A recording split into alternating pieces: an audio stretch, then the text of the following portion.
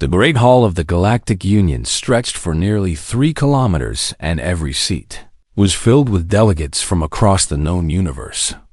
Their forms ranging from crystalline beings that sparkled like living diamonds to massive insectoid warriors, whose armored shells could withstand plasma fire.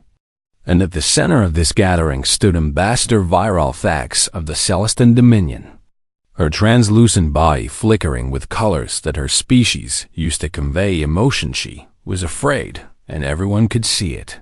Honored delegates of the Galactic Union, she began, her voice carrying through the chamber via translation implants that converted her melodic tones into thousands of different languages simultaneously. I come before you today with a warning that my people have kept secret for 200 years, and I apologize for our silence, but we believed it was necessary. Behind her, a holographic display activated and showed a small blue planet orbiting a yellow star in a quiet corner of the galaxy that most species had never bothered to explore. This world is called Earth by its inhabitants, Viral Thax continued, and the species that lives there calls itself humanity, and they must never be contacted. Laughter erupted from several sections of the assembly hall, and the loudest came from the Kethari delegation, a group of towering insectoid warriors whose species had conquered 12 star systems through brutal military campaigns. Their lead delegate, a massive creature named Dexoran, whose mandibles were decorated with the bones of fallen enemies, rose from his seat and clicked his jaws in amusement.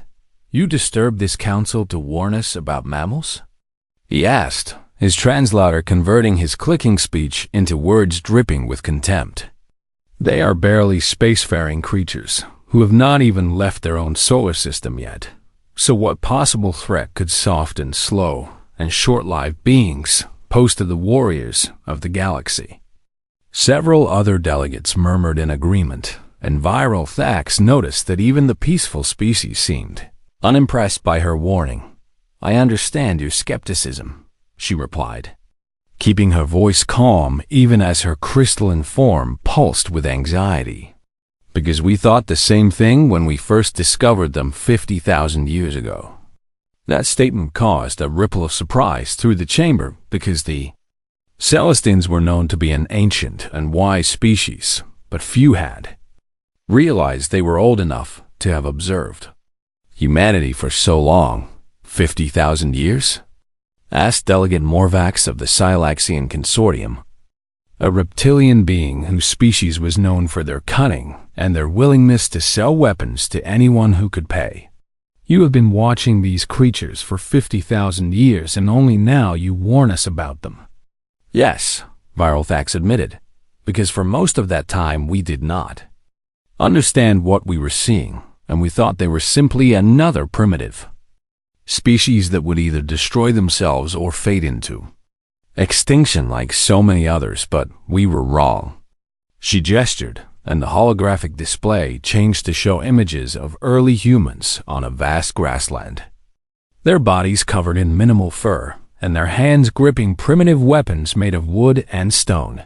"They did not look dangerous," she continued, "and compared to nearly every other species in this chamber, they were physically inferior in almost every way, because they were not as strong as the Kethari, or as fast as the Villani, or as armored as the Silaxians, and their senses were dull, and their claws were non-existent, and their teeth were flat and useless for combat." Dexorn clicked his mandibles again, in what his species used to express smug satisfaction, because everything the Celestin ambassador said confirmed what he already believed about the weakness of mammals. "But we made a mistake," Viral Thax said, her glow dimming to almost nothing, "because we measured them by the standards of other species, and humans do not play by the same rules." She paused to let that statement sink in before continuing. "Every species in this galaxy evolved to survive in a specific way," she explained, "and the Kethari became the ultimate warriors through strength and armor and numbers, while the Villani became impossible to catch through speed and Agility and the Celestins survived by being peaceful and useful to more powerful species, but humans took a different path. The holographic display changed again to show a human brain with its structure highlighted to show regions that glowed with activity. They evolved to think, Viralthax said, but not just to think in the way that all intelligent species think, because humans develop something that we have found in no other species in the galaxy, and that is the ability to imagine things that do not exist and then make them real. Delegate Morvax leaned forward with interest because the Silexians prided themselves on their intelligence and innovation. All species can create tools, he pointed out. So that is not unique to humans. You are correct, Viralthax agreed. But humans do not simply create tools, because they create tools to make better tools and then use those tools to make even better tools, and they never stop, and they never rest, and they never decide that their technology is good enough. She pulled up a timeline showing human technological development, and even the most dismissive delegates grew quiet as they watched the exponential curve of advancement. They went from stone tools to nuclear weapons in less than 10,000 years, Viralthax said, and from their first powered flight to landing on their moon in only 66 years, and from their first computers to artificial intelligence in less than a century, and they show no signs of slowing down. Dexoran shifted uncomfortably in his seat because the Cathari had taken nearly 1,000,000 years to develop. Space travel. This is concerning, admitted Delegate Uriel of the Harmonic Collective, a species of telepaths who rarely spoke aloud. But rapid technological advancement alone does not make a species dangerous. You are right, Viralthax said. And if that were all there was to humanity, we would not be here today, but technology is only one piece of what makes them terrifying. She took a deep breath, which for a Celestin meant drawing energy from the ambient light around her. What truly frightens us about humans is not what they can build, she said, but what they are willing to do, and what they are capable of enduring, and how they refuse to accept defeat even when defeat is the only logical outcome. The chamber fell completely silent. I have brought evidence to show this council, Viralthax continued, and I will present 3 recordings that demonstrate why my people fled from our observation posts near human space and why we have classified their region of the galaxy as forbidden.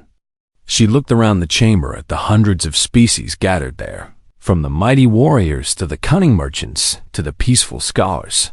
When you have seen what I am about to show you, she said, I believe you will agree that humanity must be left alone.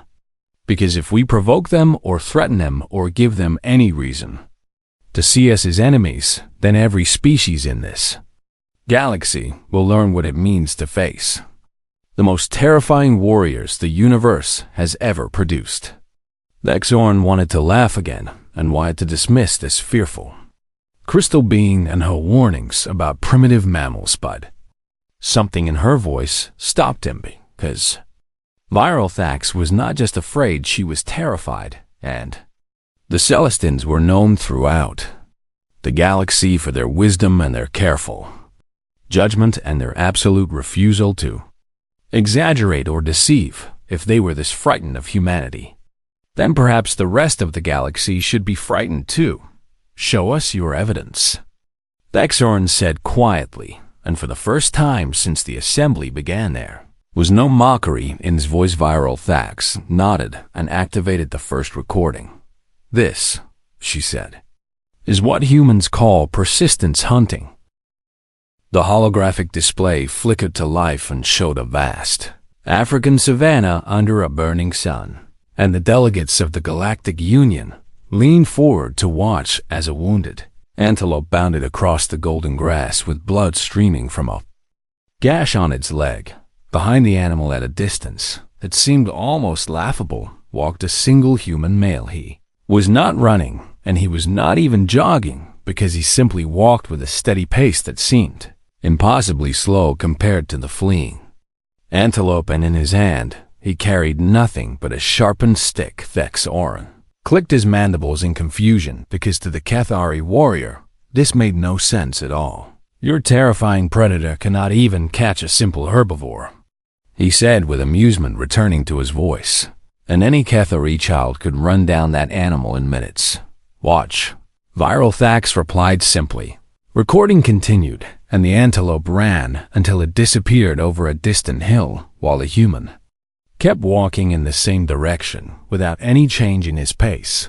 And then the display showed a timestamp that indicated 1 hour had passed. The human was still walking.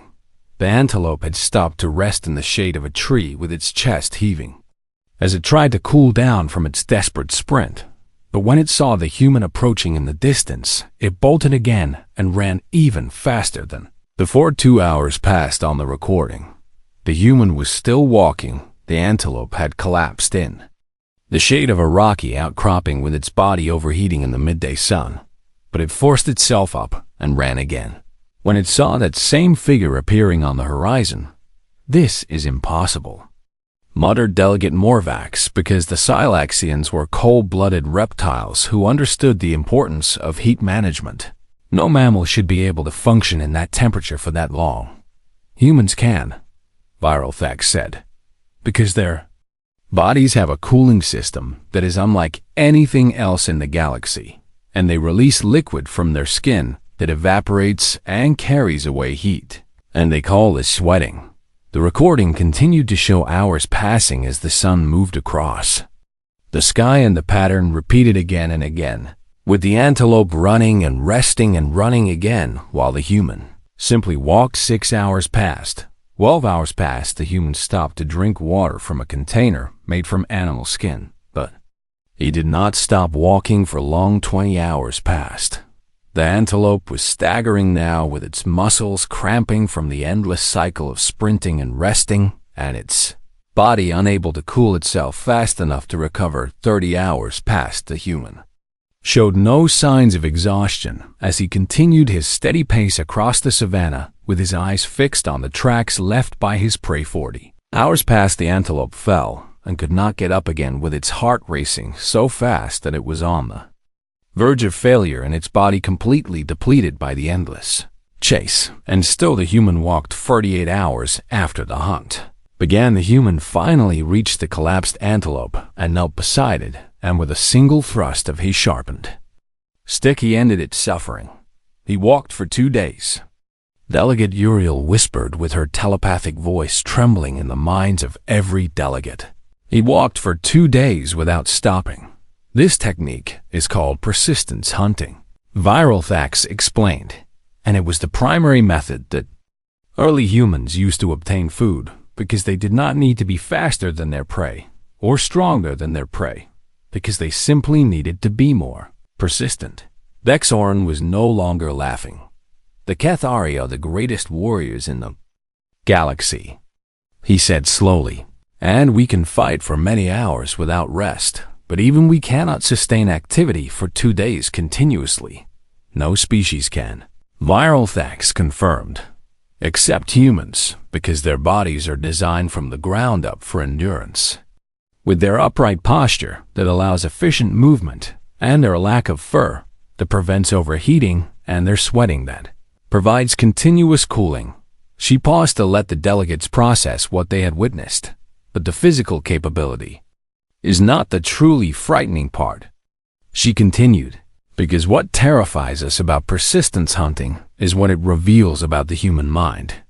The holographic display showed a close-up of the human hunter's face as he walked across the savannah, and his expression was calm and focused and utterly relentless.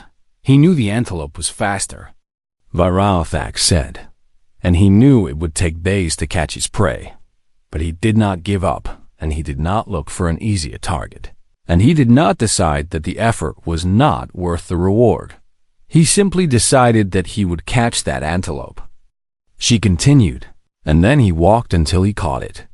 Delegate Morvax shook his head in disbelief, because the Silaxians were a practical species who always calculated the cost and benefit of every action. "This is inefficient," he said, and Surely they developed better hunting methods as their technology improved. They did. Viral Facts agreed, but the persistence remained because it is not just a hunting technique, but a fundamental part of how humans think. She changed the display to show images from human history depicting soldiers marching through snow and explorers crossing deserts and scientists working through the night. When humans want something, she said, they do not stop until they get it, and obstacles that would cause other species to give up simply make humans more determined. They have a saying, she continued, that captures this perfectly, and it translates roughly to if add. First you do not succeed, then try again. And they teach this to their children before they can even walk. Next, Oren felt a cold sensation spreading through his exoskeleton that he had never experienced before in his centuries of warfare. We Cathari fight until we win or until we die, he said. But we know when a battle is lost, and we retreat to fight another day, because that is wisdom. Humans do not have that wisdom, Viral Facts replied. Or perhaps they have a different kind of wisdom that we do not understand. She pulled up records from human military history, showing battles where outnumbered and outgunned forces had held their ground against impossible odds. They call it determination, she said, or stubbornness or grit or willpower, and they consider it one of their greatest virtues. But we call it something else, she continued, and her crystalline form flickered with the deep violet color that Celestins used to express. Existential dread. We call it terrifying.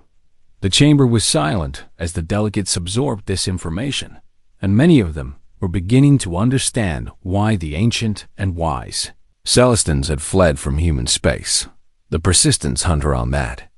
Savannah was not a soldier, Viral Facts said, and he was not trained for combat or selected for his endurance because he was simply a father trying to feed his family. She let that statement hang in the air.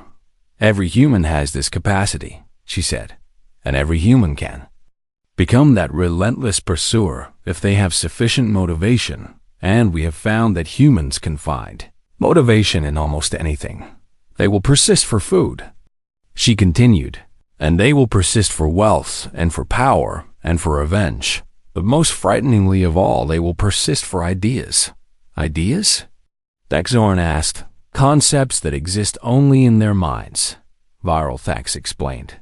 Like justice and freedom and honor, and they will walk through fire and across continents and into certain death for things that are not even real. She deactivated the recording of the persistence hunt and prepared to show the second piece of evidence. This is why humans are dangerous, she said, because their bodies can endure anything and their minds refuse to accept defeat. But that is not the worst part, she added. The worst part is what happens when you give them something to fight for. The second recording began with a view of a crashed starship on a barren world with its hull torn open and smoke rising from a dozen fires, and scattered around the wreckage were hundreds of humans who had survived the impact. This is the colony ship Horizon's Dawn, Viral Facts explained, and it was carrying 1,000 civilians to establish a new settlement on a planet in Sector 9 Delta when a navigation error caused it to crash on this uncharted world in the year 2089 by human reckoning. The recording showed the survivors organizing themselves amid the wreckage and tending to the wounded and gathering supplies and setting up temporary shelters. 847 humans survived the crash, Viral Facts continued, including 212 children, and they had limited supplies and damaged equipment and no way to send a distress signal. Delegate Morvax nodded slowly because this was a tragic but understandable situation that could happen to any species. Then the Vraxians arrived. Viral Facts said the recording shifted to show a fleet of ships descending from the sky with their hulls painted with the distinctive markings of the Vraxian raider clans, and from these ships emerged thousands of warriors armed with plasma weapons and shock staffs. Several delegates in the assembly hall shifted uncomfortably because the Vraxians were known throughout the galaxy as slavers and raiders who preyed on weaker species. The Vraxian force numbered 12,000 warriors, Viralthax said, and they were led by warlord Krozix, who had personally captured and sold over 50,000 slaves from a dozen different species. The recording showed Krozix striding toward the human survivors with his massive form towering over the tallest human by nearly 2 meters, and his scaled skin decorated with scars from countless battles. He expected surrender, Viralthax said, because that is what every other species had done when faced with overwhelming Vraxian force, and he planned to take the humans as slaves and sell them to the mining colonies in the outer systems. But then a human woman stepped forward from the crowd of survivors. She was small compared to the Vraxian warlord, and her arm was clearly broken and held against her chest with a makeshift sling, and blood was dripping from a wound on her forehead, but she was smiling. "This is Captain Elena Vasquez," Viralthax said, and she was the civilian navigator of the Horizon's Dawn with no military training and no combat experience. The recording showed Captain Vasquez walking directly up to Warlord Krozix and looking up at him without any trace of fear in her eyes. Here is what she said. Viralthax announced, and she activated the audio captain. Vasquez's voice rang through the assembly hall with her words calm and steady despite the impossible situation. "You want this colony?" she asked the towering warlord. "Then come and take it. But understand this, because you might kill us, and you might kill every last one of us. But we will make it cost you, and we will make you bleed for every inch of ground." She paused, and her smile grew wider. "We will make you remember our names," she continued. "And when you dream at night, you will see our faces, because we do not know how to quit, and we only know how to make the enemy wish they had never met us." The recording showed Warlord Krozix's expression changing from amusement to confusion to something that might have been the first hint of uncertainty. "Do you know what you are saying?" he growled at the tiny human. "I have 12,000 warriors, and you have children and wounded civilians. Then this should be easy for you." Captain Vasquez replied, "So what are you waiting for?" The recording jumped forward to show the beginning of the siege with Vraxian warriors advancing on the human position while plasma bolts flew in both directions. The humans had salvaged weapons from the crashed ship, Viralthax explained, and they had also created improvised weapons from wreckage and debris, and they had fortified their position using anything they could find. The battle was brutal and one-sided in terms of numbers, but the humans fought with a ferocity that seemed to shock the Vraxian attackers. In the first assault, the Vraxians lost 800 warriors, Viralthax said, and the humans lost 43, but more importantly, they did not break. The recording showed Captain Vasquez directing the defense from the center of the human position with her broken arm preventing her from firing a weapon, but her voice never stopping as she coordinated the survivors. "They should have surrendered," Delegate Uriel said softly, "because any logical species would have recognized that defeat was inevitable and chosen to preserve lives through capitulation. Humans are not always logical." Viralthax replied. The siege continued for weeks in the recording with the Vraxians launching assault after assault, and the humans repelling each one at terrible cost. By the end of the first month, Viralthax narrated, the humans had lost 217 people, including 61 children who died in the crossfire, but they still refused to surrender. The recording showed Captain Vasquez standing over a mass grave that the survivors had dug for their dead, with her face hollow with grief, but her eyes still burning with that same defiant fire. She gave a speech at the funeral, Viralthax said, and I will translate the key passage. Captain Vasquez's voice filled the chamber again. "They think they can break us by killing us," she said to the assembled survivors, "but they do not understand that every person we lose makes us fight harder, because now we are not just fighting for ourselves, but for everyone we have buried in this ground. They want us to give up." She continued, "But we will never give up, because giving up means everything we have lost was for nothing, and I refuse to let their deaths be meaningless. So we will fight," she concluded, "and we will keep fighting until we win or until there is not a single one of us left standing, and if they want to take this colony, they will have to kill every man and woman and child to do it." The assembly hall was completely silent. The siege lasted 8 months. Viralthax said quietly, "And during that time the humans lost 612 people out of their original 847 survivors." She paused to let that number sink in. The Vraxians lost 11,400 warriors out of their original 12,000. Dexorin made a sound that his species used to express disbelief. "That is impossible," he said, "because untrained civilians cannot inflict those kinds of casualties on experienced raiders.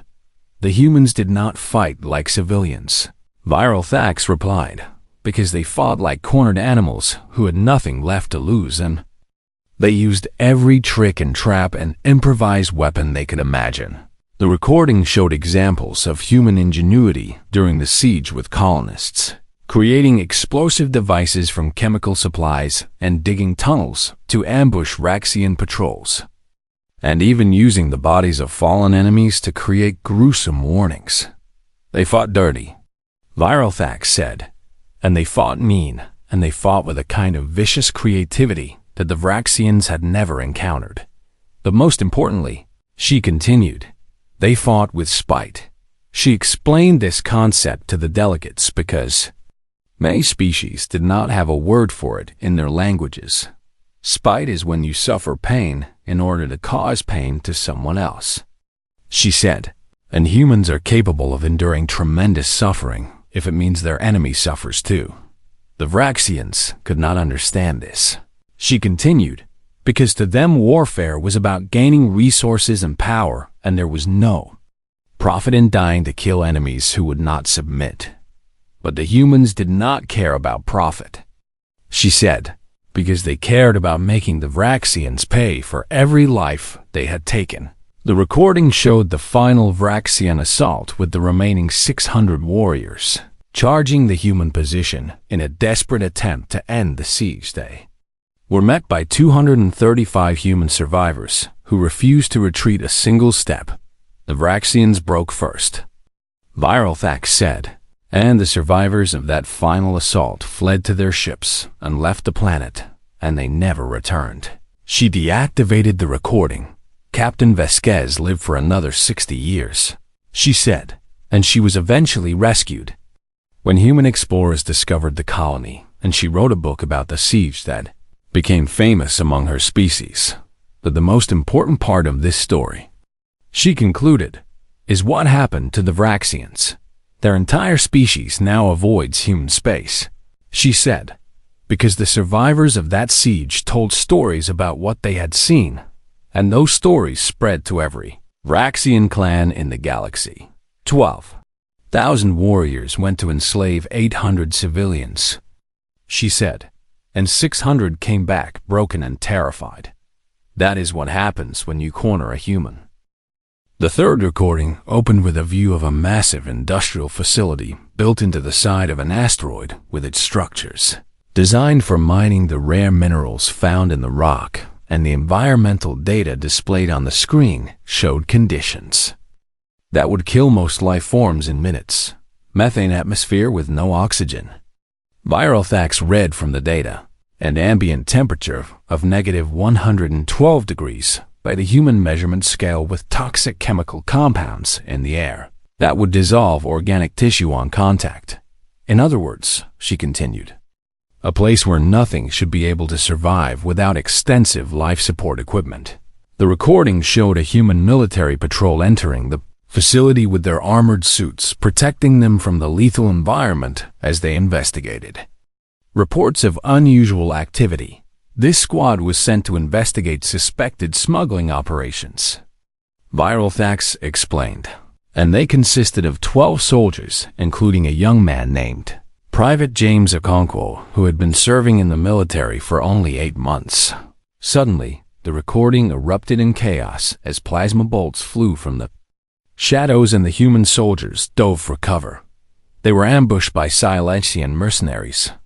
Viral Thax said, and several members of the Silesian delegation shifted uncomfortably in their seats, who had been using this facility as a base for illegal weapons trading. The battle was brief and brutal, with the mercenaries using their knowledge of the facility to trap and eliminate the human patrol one by one. Within 4 minutes, Viral Thax narrated, 11 of the 12 soldiers were dead, and the only survivor was Private Okonkwo.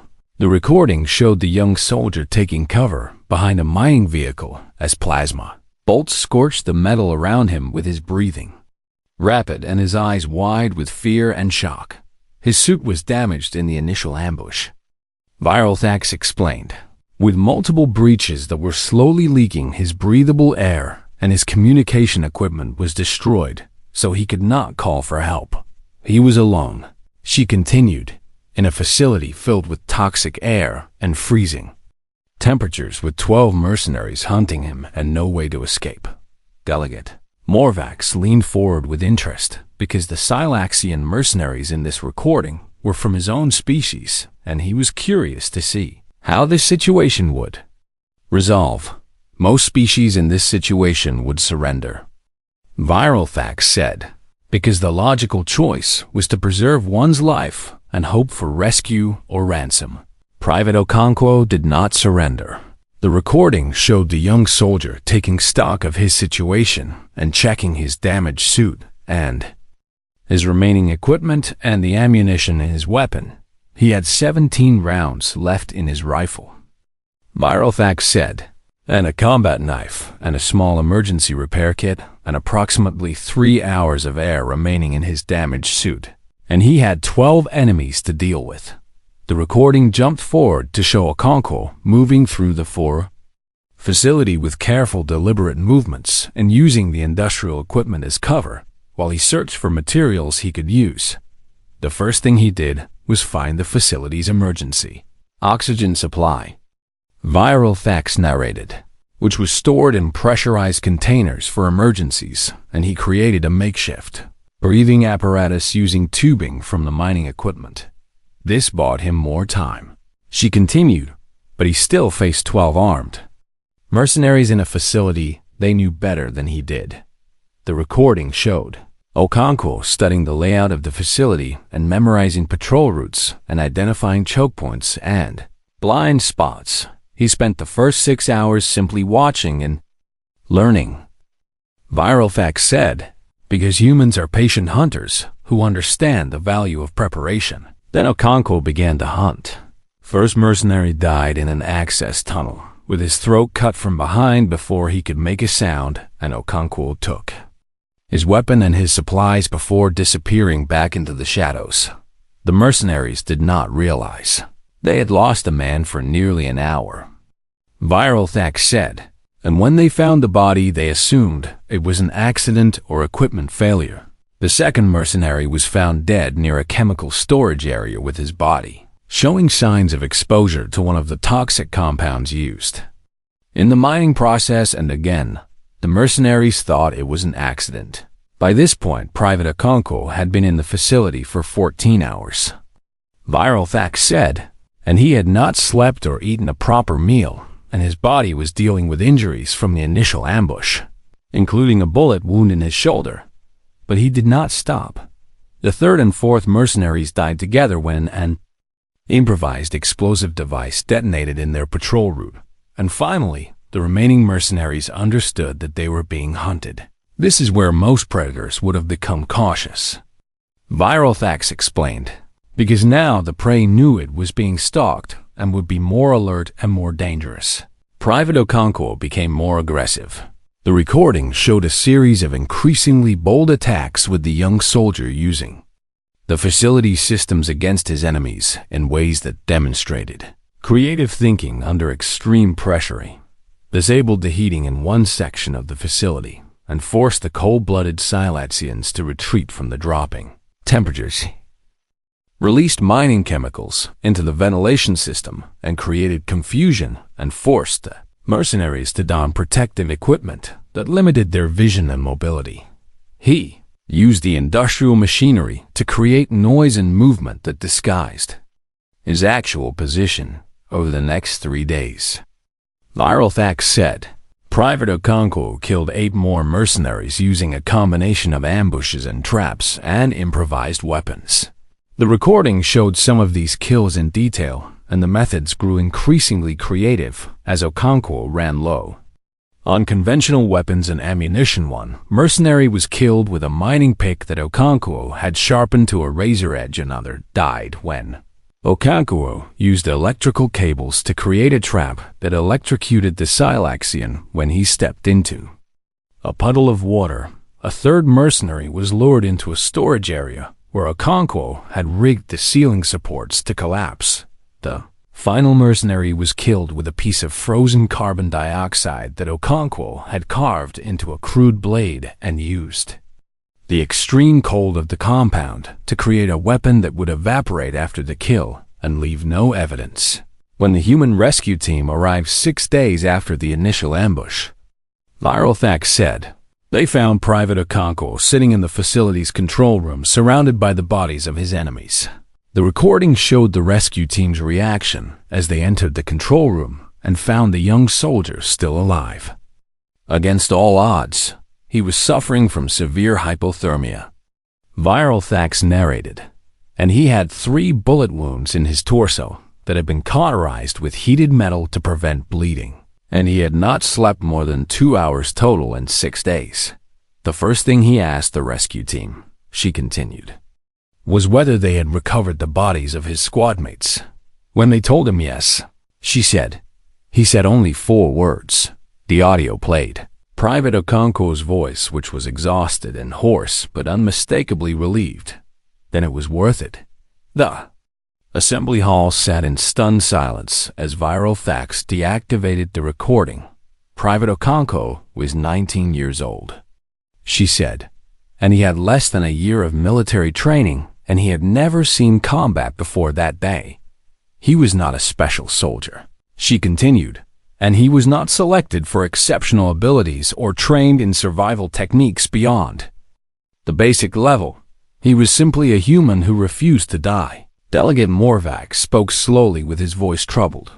Our mercenaries were experienced killers, he said, and they had every advantage in that situation, so how did one untrained human defeat them all? Because humans adapt, Viral Thax replied, and they can transform any environment into a weapon, and they can use their minds to overcome physical disadvantages. But more importantly, she added, because Private Okonkwo was not fighting to survive. He was fighting to make sure his friends' deaths meant something. She looked around the chamber at the assembled delegates. This is what makes humans truly terrifying, she said, because they do not fight for logical reasons, and they do not calculate odds or weigh costs and benefits. They fight for things like meaning and honor and revenge, she continued, and those motivations cannot be measured or predicted or defended against a human who is fighting for something they believe in. She concluded, will never stop until they win or until they are dead. And sometimes, she added quietly, not even then. The assembly hall remained silent for a long moment after the final recording ended, and the delegates of the Galactic Union sat in their seats processing what they had witnessed over the past several hours. Finally, Thexorn spoke, and his voice had lost all traces of the mockery and dismissiveness that had marked his earlier comments. These recordings are impressive, he admitted, and I acknowledge that the humans you have shown us displayed remarkable abilities, but surely these are exceptional individuals and not representative of their species as a whole. Several other delegates nodded in agreement, because every species had its heroes and its exceptional warriors, and the idea that an entire race could possess such terrifying capabilities seemed impossible. Virex had been waiting for this question. That, she said slowly, is exactly what makes humanity so dangerous. She dimmed the lights in the chamber and activated a new holographic display that showed images of the three humans.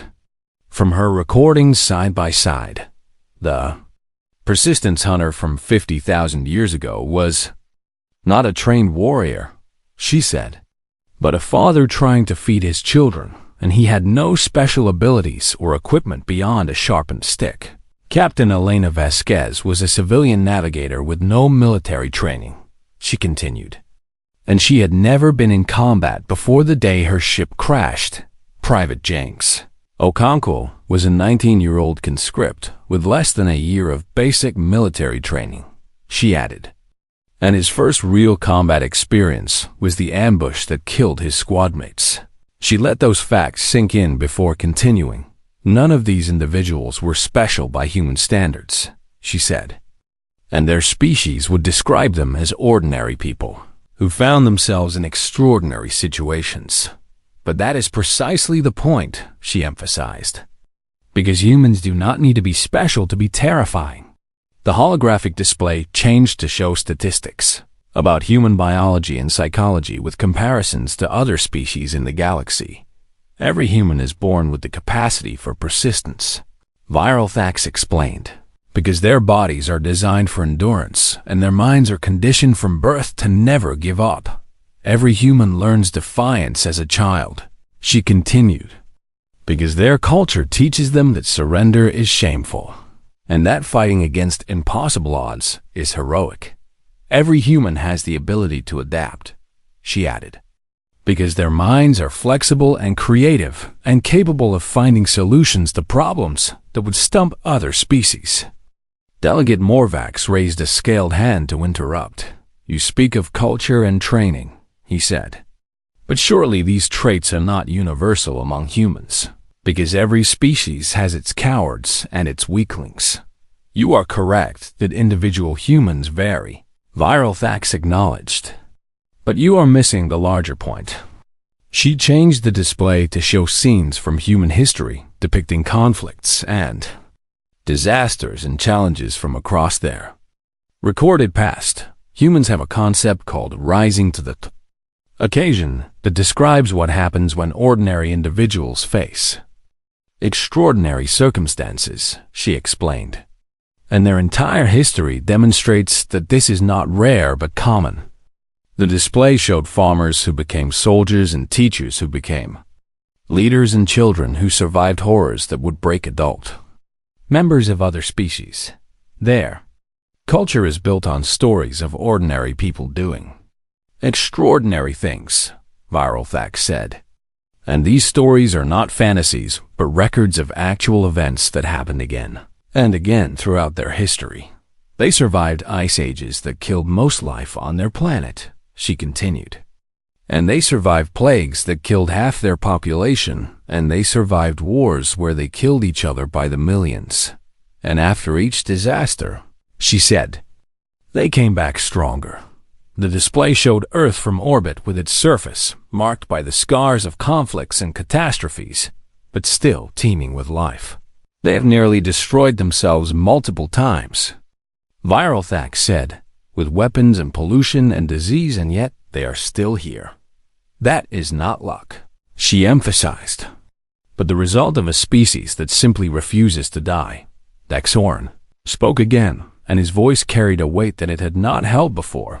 You said earlier that you fled from human space, he recalled, and I thought you were simply being cautious, but now I understand.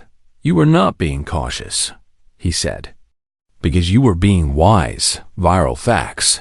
Crystalline form pulsed with the color that Celestins used to express profound sadness. We watched humanity for 50,000 years, she said, and we saw them grow from primitive hunters to a species that split the atom and walked on their moon. We saw them fight wars that killed hundreds of millions of their own kind, she continued. And then we saw them rebuild their civilization from the ashes. We saw them develop weapons that could destroy their entire planet, she added. And then we saw them develop even more powerful weapons while still managing to avoid using them. And we realized something that terrified us, she concluded. The chamber waited in absolute silence. Humans do not see themselves as warriors, Viral Thax said, because they see themselves as survivors. They call themselves only human as an excuse for weakness and failure. She continued, but we have studied them for 200 centuries, and I tell you now that there is no only about them. They are the most adaptable and most persistent and most stubbornly unkillable species we have ever encountered, she said. And they do not even realize how remarkable they are. That is what makes them dangerous, she emphasized, because they have no idea what they are capable of until they are pushed. She changed the display one final time to show a young human child playing on Earth and looking up at the stars with wonder in her eyes. This child does not know that an entire galaxy fears what she might become, Viral Thax said softly, and she does not know that her species has been classified as the most dangerous warrior race in known space. She thinks she is ordinary, she continued, and by human standards she probably is, but give her something to fight for, she concluded, and she will become the most terrifying force you have ever faced. The assembly hall remained silent as Viral Thax prepared to make her final recommendation. I am authorized to speak on behalf of the Celestin Dominion, she announced formally, and I propose that the Galactic Union officially classify Earth and its surrounding space as a protected observation zone. No contact with humanity should be initiated, she continued, and no species should establish presence within detection range of their sensors. They should be left alone to develop without interference, she concluded, because the alternative is giving them a reason to see us as enemies. And if that happens, she added, then every species in this galaxy will learn what it truly means to face humanity in war.